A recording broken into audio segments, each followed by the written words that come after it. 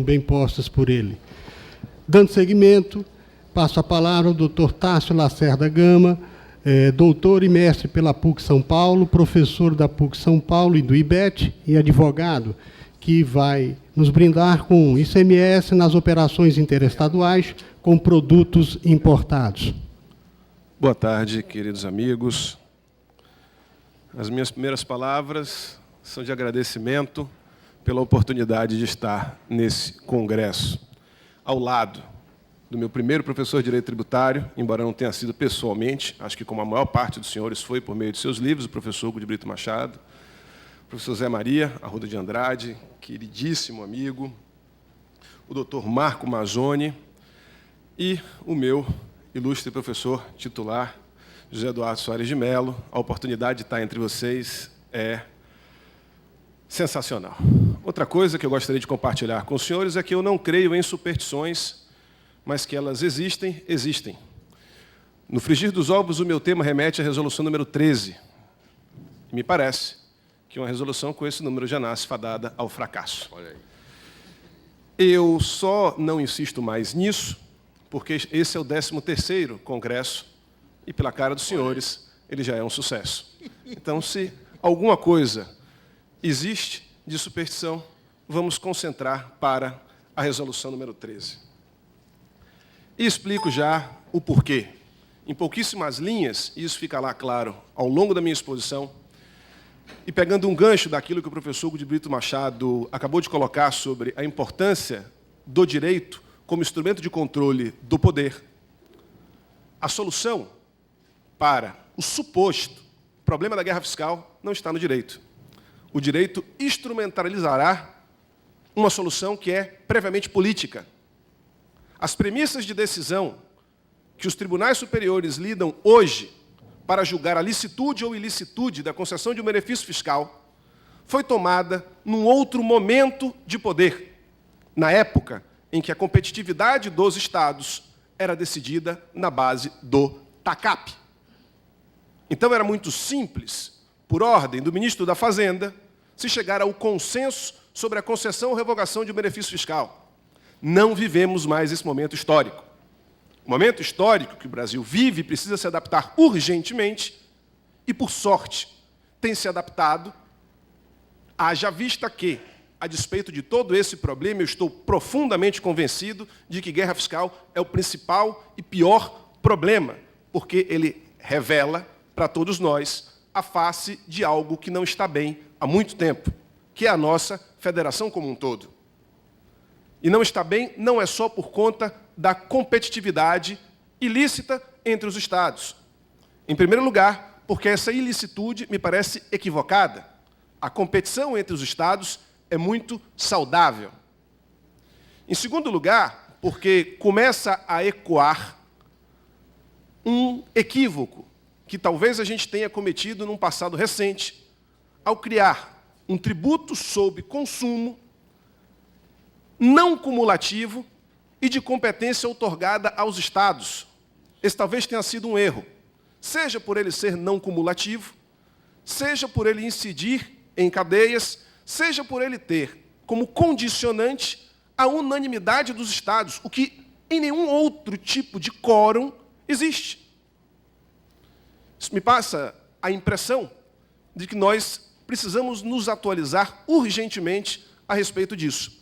Eu só não estou ainda mais convencido porque, graças a Deus, e a despeito da ilicitude, a arrecadação de todos os entes federativos cresceu substancialmente. E a despeito de premissas pensadas num momento outro, onde, insisto com os senhores, o consenso era conseguido com a borduna, nós hoje, praticando ilicitudes, conseguimos desenvolver, utilizando, sim, benefícios fiscais. Daí, quando eu decido situar sobre o que vamos falar, a primeira coisa que me parece interessante é colocar questionamento sobre a ideia de guerra fiscal. Um nome que a imprensa adotou, mas que é tecnicamente equivocado, porque, como muito bem ilustrou o professor Hugo de Brito Machado, temos diversos dispositivos na Constituição falando de extrafiscalidade. A grande questão é que temos uma premissa de decisão, a Lei Complementar número 24 de 75, pensada num outro momento histórico. Ela é mais velha que eu, e neste particular, a dinâmica da sociedade mudou muito. Eu falei com os senhores há pouco que nós talvez tivéssemos cometido um erro histórico. E o erro histórico, o Brasil foi o primeiro país do mundo a criar um tributo não cumulativo outorgado a entidades subnacionais. Por que não estamos aqui falando de guerra fiscal no IPI? Segundo, um segundo reconhecimento. Será que necessariamente, a despeito de hoje, 180 países adotam o princípio da não cumulatividade nas suas variadas possibilidades? Mas em que medida um tributo que incida exclusivamente no destino e sobre o consumo não seria muito mais eficiente em termos arrecadatórios e evitaria, guardando a cada um o que é seu? Quem, como São Paulo, tem um enorme mercado, ficaria com a vantagem de ter um enorme consumo. E quem, por outro lado, tem um mercado menor, ficaria com um tributo com menos consumo. E a coisa acabaria se resolvendo de acordo com sua capacidade de produção de riqueza. E essa mesa é curiosíssima, porque tem o professor Hugo, cearense, 2 paulistas, sendo que um está na iniciativa privada, outro no governo, e tem eu, que sou baiano, da iniciativa privada, radicado em São Paulo. Então, eu consigo ver várias perspectivas para esse, e nenhuma das que eu vejo aponta para uma solução vantajosa hoje. Vamos ver por quê. Primeiro ponto, esse nome, extrafiscalidade. Lícita e extrafiscalidade lícita. O que é a extrafiscalidade lícita? A concessão de isenções, anistias, remissões, créditos presumidos, imposição seletiva de alíquotas e um sem número de outras possibilidades inventadas pelo engenho humano. E hoje eu tenho conhecimento, só não conto para os senhores por razão de sigilo profissional, de que em alguns estados já se concede benefício fiscal sem lei. Porque se o problema é a ilegalidade, vamos fazer isso sem lei, apenas registrando um regime especial no livro, porque aí não há de se alegar ilegalidade, não há inconstitucionalidade também, porque a lei sequer foi produzida. Todos os senhores devem ter noção dos estados que eu estou falando. Mas a extrafiscalidade ilícita é aquela que concede as mesmas vantagens fiscais, apenas sem atender às premissas de decisão. E como estamos falando de ICMS em operações interestaduais, a premissa de decisão por excelência é aquela preconizada pela Lei 24 de 75, que exige algo um tanto quanto insano, que é a unanimidade dos seus participantes para que seja legítima a concessão de um benefício fiscal. A tal ponto de que, na minha tese de doutorado, eu sustentei, e com aprovação da maioria da banca, de que a competência para a instituição do ICMS é uma competência condicionada à decisão do CONFAS, órgão um tanto quanto exótico. Haja vista que ele não tem personalidade jurídica e foi criado pela resolução número 8 do CONFAS. A resolução 1, 2, 3, 4, 5, 6 e 7 sequer existia. E é esse órgão que hoje em dia tem até um plenário eletrônico, para que não se precise estar pessoalmente negociando pessoalmente, onde se tenta conceder ou negar. E isso é feito de uma tal maneira que, numa democracia, tendo representação pluripartidária ao longo do Brasil, você sequer precisa reconhecer pessoalmente que você não quer. Quando algum interesse não é interessante, você pede ao seu aliado do mesmo partido num outro estado, para que não fique mal para você. E isso sem colocar estados produtores ou estados predominantemente consumidores. Eu, vendo como um nordestino radicado com vida sudestina, eu quero que os dois se deem muito bem. O ponto fundamental, então, é olhar as várias perspectivas que esse tema reclama. Para o empresário, o que há? Uma oportunidade de investir com ganho, e ninguém, em sã consciência, até porque isso violaria as normas de governança na gestão de uma empresa, pode imaginar que o empresário se pauta por outra coisa que não seja o lucro. E está certo, e tem que ser assim. Esse é um regime de economia de mercado. Então, o Estado que oferece, de forma lícita, possibilidade de realizar as mesmas operações com vantagem tributária, não há de se imaginar que o empresário opte por outro caminho. Segundo ponto, o Estado que concede benefícios fiscais. Bom, se o empresário pensa dessa forma, eu vou criar condições para que venha investimento para o meu Estado. E isso efetivamente foi feito. E, a despeito de toda a guerra fiscal, há estudos recentes que mostram um crescimento de 250%, 300%, 400% na arrecadação dos entes federativos. Mas me faz lembrar também a ideia do professor Sacha Calmon Navarro Coelho, segundo o qual o ICMS é um tributo bandoleiro, porque ele incide à margem da lei. Qualquer grande empresa não pauta a sua conduta exclusivamente pela lei, mas por um regime especial que organize a sua atividade e a sua incidência de acordo com a sua demanda. Isso de um lado, e do outro também, os estados que, para ver novos investimentos, geração de emprego e oportunidade de mais arrecadação, concedem vantagens fiscais. Da perspectiva do empresário, essa oportunidade, em especial na questão dos portos, como é que poderia ser colocada? Que aqui é especificamente o que nos interessa, a chamada guerra fiscal dos portos. Eu comentei lá atrás que existiam 3 modalidades de guerra fiscal, todas elas utilizando créditos presumidos, ou seja, que não correspondem ao valor incidido na operação anterior, incidido no sentido de pago.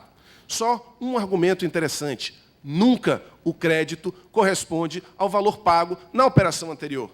Porque o que se paga na operação anterior é, por sua vez, uma composição de créditos e débitos no livro de apuração. Então, nunca se paga os 12% da operação anterior em situação quase nenhuma. Acontece que, entre as modalidades de guerra fiscal, aquela chamada ponto com prejudica os estados consumidores. Por quê? É aquela onde a compra é feita pela internet, o produto é entregue, porém houve incidência do ICMS cheio na etapa anterior, e quando chega no destino, aquilo que passaria por uma loja, ou, portanto, um contribuinte do estado de destino, não passa mais. Ele é entregue diretamente ao contribuinte, o que gera perda de arrecadação.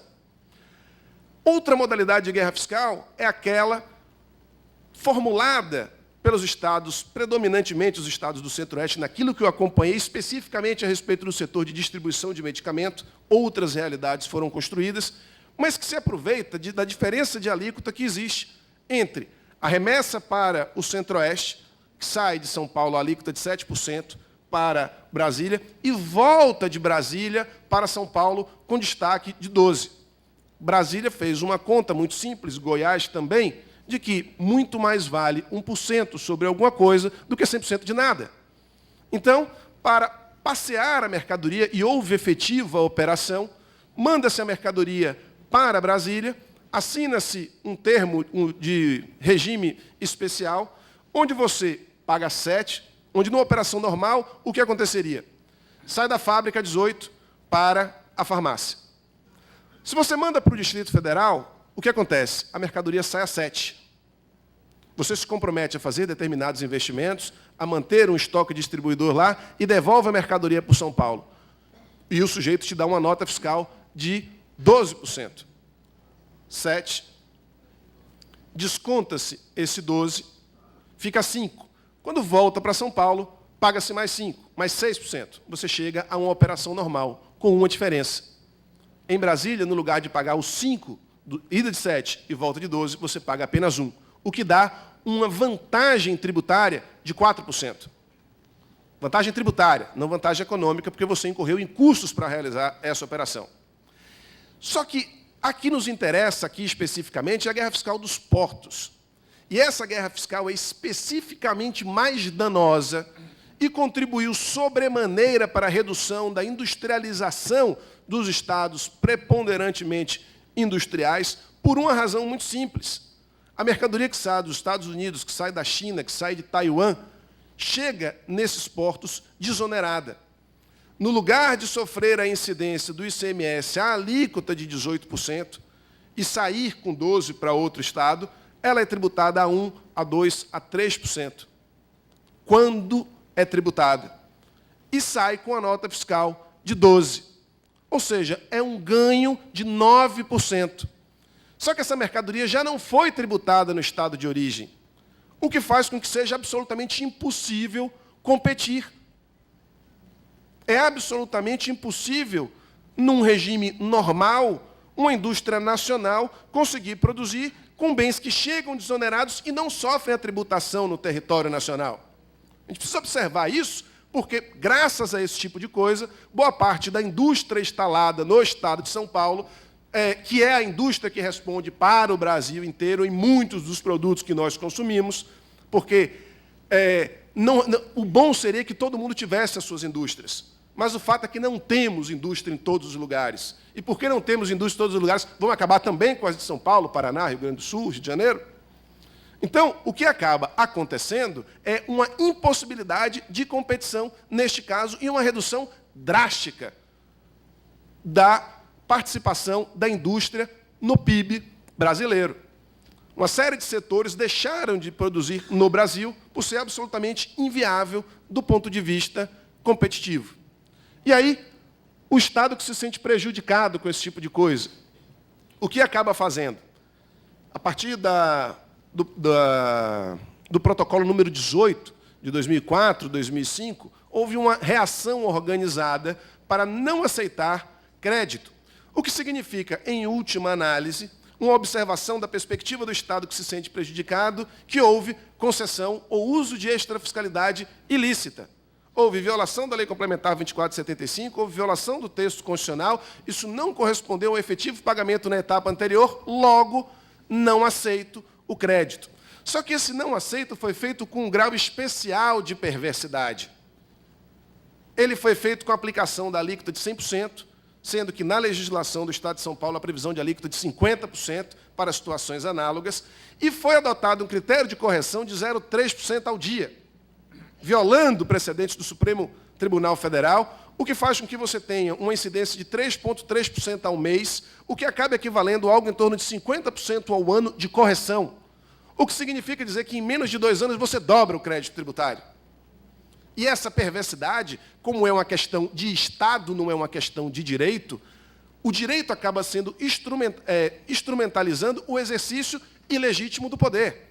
E aí o nome guerra cai como uma luva, porque o direito passa a ser utilizado como instrumento de guerra, de retaliação, inscrição em dívida, dificuldade na concessão. Quando você cresce o crédito tributário, eu conheço empresas que foram autuadas, empresas que existem, empregam, não são empresas de papel, em valores 3, 4, 5 vezes superiores ao patrimônio líquido dela. Qual é o juiz em sã consciência que concede uma carta de fiança para uma empresa poder discutir no Poder Judiciário isso? Os órgãos administrativos passaram a decidir também em massa, de maneira muito coordenada, não aceitando nenhuma argumentação dos contribuintes. E aí fazendo com que a matéria tivesse que ir para o Poder Judiciário. O contribuinte, quando munido de advogado, deixa de ser empresário e passa a ser contribuinte, pondo ênfase na sua contribuição ao financiamento do Estado. Acaba tendo uma série de argumentos ao seu favor. Que argumentos são esses? Em primeiro lugar, argumentos jurídicos em sentido estrito, ou seja, fundados na legalidade. A competência para estabelecer tratamento entre operações interestaduais é do Senado Federal. Ele deve fazer isso por meio de resolução e não por meio de portaria, atos infralegais dentro do próprio Estado. Segundo argumento, além da usurpação de competência, a usurpação da própria atividade do Poder Judiciário. Porque, em última análise, é prescindir do Supremo Tribunal Federal para se reconhecer, em última instância, a inconstitucionalidade de uma lei que concede tributo, concede benefício fiscal, sem amparo em convênio CONFAS. E uma série de outras questões foram colocadas, mas muito mais interessante do que todos esses argumentos são os argumentos fáticos. Porque os argumentos legais são importantes, são poderosos, mas mudam ao sabor das pressões. E algumas coisas não se pode mudar, e qualquer perícia contábil é capaz de identificar. Por exemplo, quando se glosa crédito de outra unidade da federação, não houve acesso aos documentos dessa outra unidade da federação. Não há como, em última análise, provar o efetivo aproveitamento. Você só prova o efetivo aproveitamento no livro de apuração. E se a mercadoria já chegou lá com 12%, por conta de alguma eventualidade, alguma movimentação de estoque, Houve aproveitamento de benefício fiscal? Não. Então, não se comprova aproveitamento de benefício fiscal com base na lei. Não se comprova aproveitamento de benefício fiscal com base na assinatura de termo de ajuste de regime fiscal. Se comprova analisando documentos. Documentos que o Estado que opta por glosar não tem acesso. Então, invariavelmente, até hoje, todos os autos de infração que eu vi de glosa de crédito são nulos de pleno direito, porque não provam que houve uso efetivo. E qualquer perícia contábil, quem tiver curiosidade, me manda e-mail que eu forneço dezenas, tá? De perícias contábeis que demonstram o não comprovação, no caso concreto, do uso do benefício fiscal. Há uma presunção, uma suposição. E aí, tendo em vista todas essas opiniões, instala-se o chamado litígio da guerra fiscal. Em primeira instância, como eu comentei com vocês, na esfera administrativa, tirando alguns precedentes do Paraná, todos os estados que optaram por glosar conseguiram fazer com que os seus tribunais administrativos mantivessem a autuação. Segundo ponto, no Poder Judiciário tem essas duas linhas de argumentação que estão sendo amplamente acatadas. No Superior Tribunal de Justiça, os precedentes também são vários, no sentido de que não se pode, dentro do sistema tributário brasileiro, o exercício arbitrário das próprias razões. Não é porque o Supremo Tribunal Federal não tem sido célere, até porque seria impossível ser célere diante da quantidade de benefícios fiscais que são concedidos a cada dia e diante da prática processual de tirar o objeto da ADIM e editar um outro objeto absolutamente idêntico, mas com outro número, o que leva à própria paralisia do Supremo, que há muito tempo se deu conta da minha tese inicial. Não está no direito a solução do problema da guerra fiscal. Está na política. É necessário um novo pacto político adequado ao momento que nós vivemos. O direito instrumentaliza essa decisão. Pode ser até utilizado para instrumentalizar uma reação a essa falta de decisão, mas não resolverá o problema. E dentro do âmbito do Superior Tribunal de Justiça, a questão está mais ou menos pacificada, numa série de decisões, e aproveitando a presença do ministro Castro Meira, eu coloquei uma decisão maior de todas, a dele, por sua absoluta correção. Nós tendemos sempre a admirar muitíssimo aquelas decisões onde nós concordamos não só com o nosso racional, mas com todo o nosso emocional.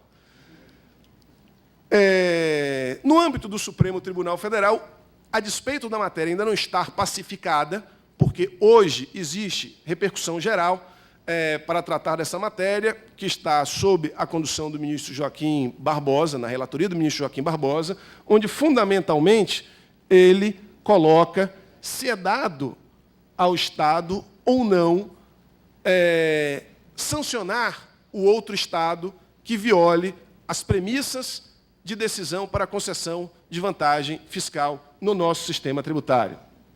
Em síntese, meus amigos, os benefícios são inconstitucionais, mas antes que assim sejam declarados, não pode haver glosa. E estou absolutamente de acordo com o professor Hugo de Brito Machado, no sentido de que, mesmo após declarados inconstitucionais, não deveriam ser objeto de glosa ou de restituição. E sem acesso à documentação de estado de origem, não há como quantificar o benefício fiscal questionado, se quer saber se ele foi efetivamente apurado no caso concreto e se apurado da forma concreta.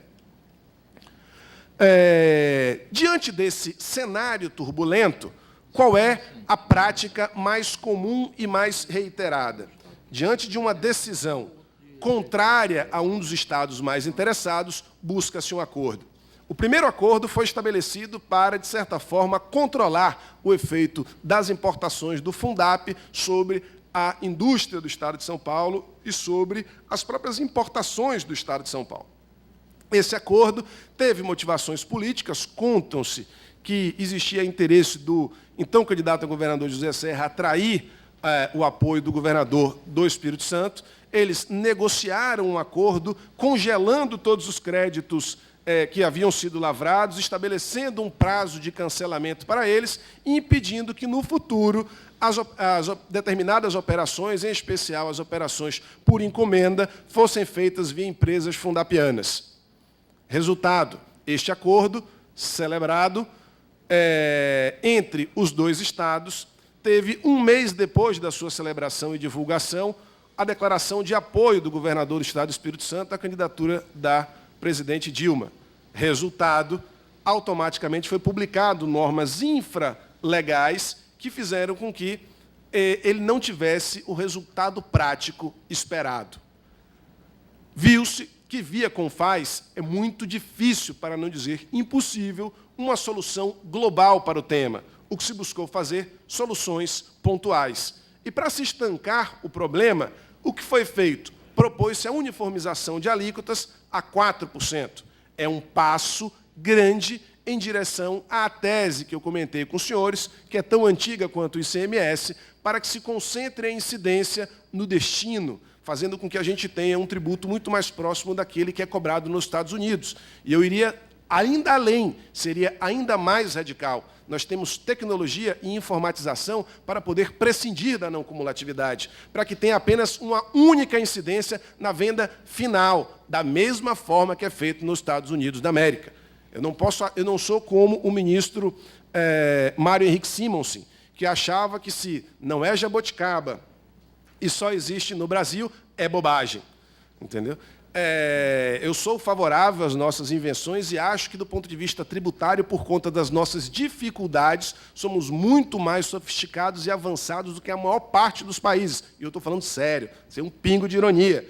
Haja vista que muita gente vem aprender, seja as nossas vantagens, seja as nossas pequenas perversidades. Mas o ponto que eu quero chamar a atenção dos senhores é que a resolução número 13, que tem esse número cabalístico nefasto, ela é fruto do exercício de uma competência constitucional e que estabelece fundamentalmente o quê?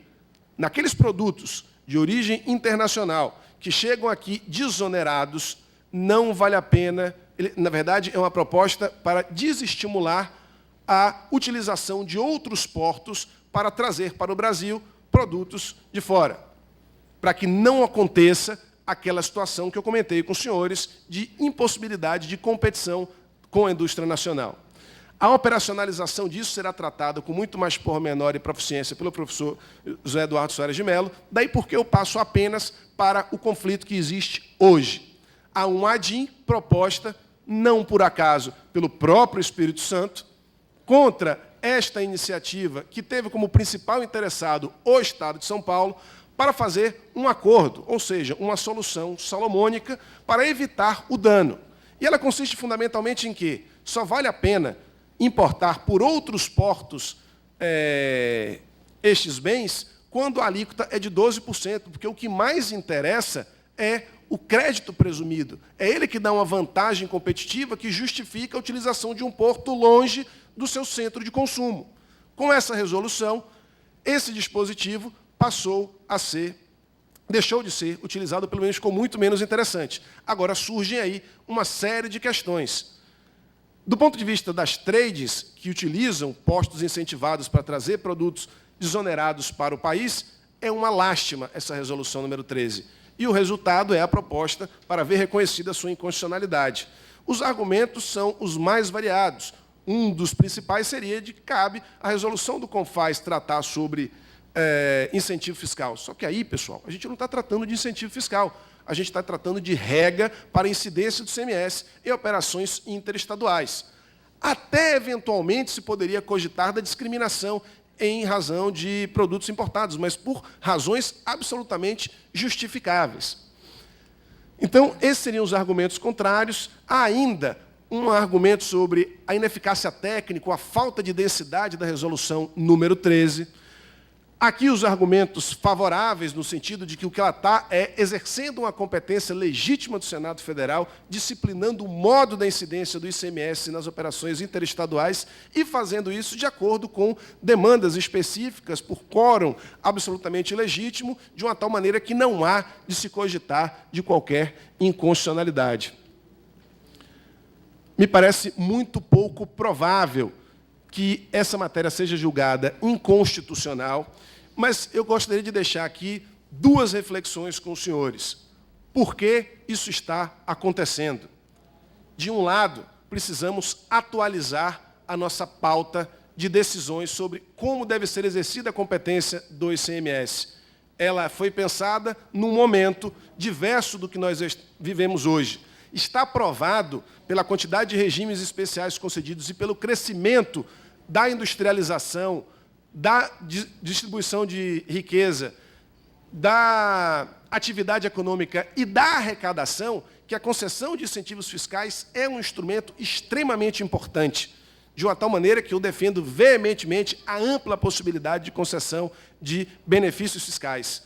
Para controlar essa ampla possibilidade, já existe algo que tem sido muito pouco comentado, mas que é um instrumento extremamente relevante e que precisa ser valorizado por todos nós, que é a Lei de Responsabilidade Fiscal. O indivíduo está disposto a conceder benefício fiscal, ele também tem que estar disposto a não ter repasses voluntários da União. O que eu não gostaria de assistir é que a manutenção desta confusão fizesse com que muita gente fizesse a proposição de que acabasse com o ICMS, acabasse com o ISS e reunisse tudo sobre a figura de um tributo único. O poder da União cresceu enormemente no último século. Há um estudo anterior à Constituição de 88, do professor Antônio Roberto de Sampaio Dória, que mostra essa concentração de competências tributárias. Em termos de arrecadação, a União concentrou demais. Mas a minha preocupação aí não é nem tributária, nem de arrecadação. É a perda do poder que o Estado tem de fomentar o desenvolvimento da sua própria economia. Só que essa não é uma decisão jurídica, não é o Supremo Tribunal Federal que vai levar à solução deste problema. É necessário um novo pacto político. A solução desse problema não está na nossa mão. Felizmente, está na nossa mão utilizar o instrumento que evitam as consequências mais danosas dessa disputa. Era essa a reflexão que eu queria deixar com os senhores.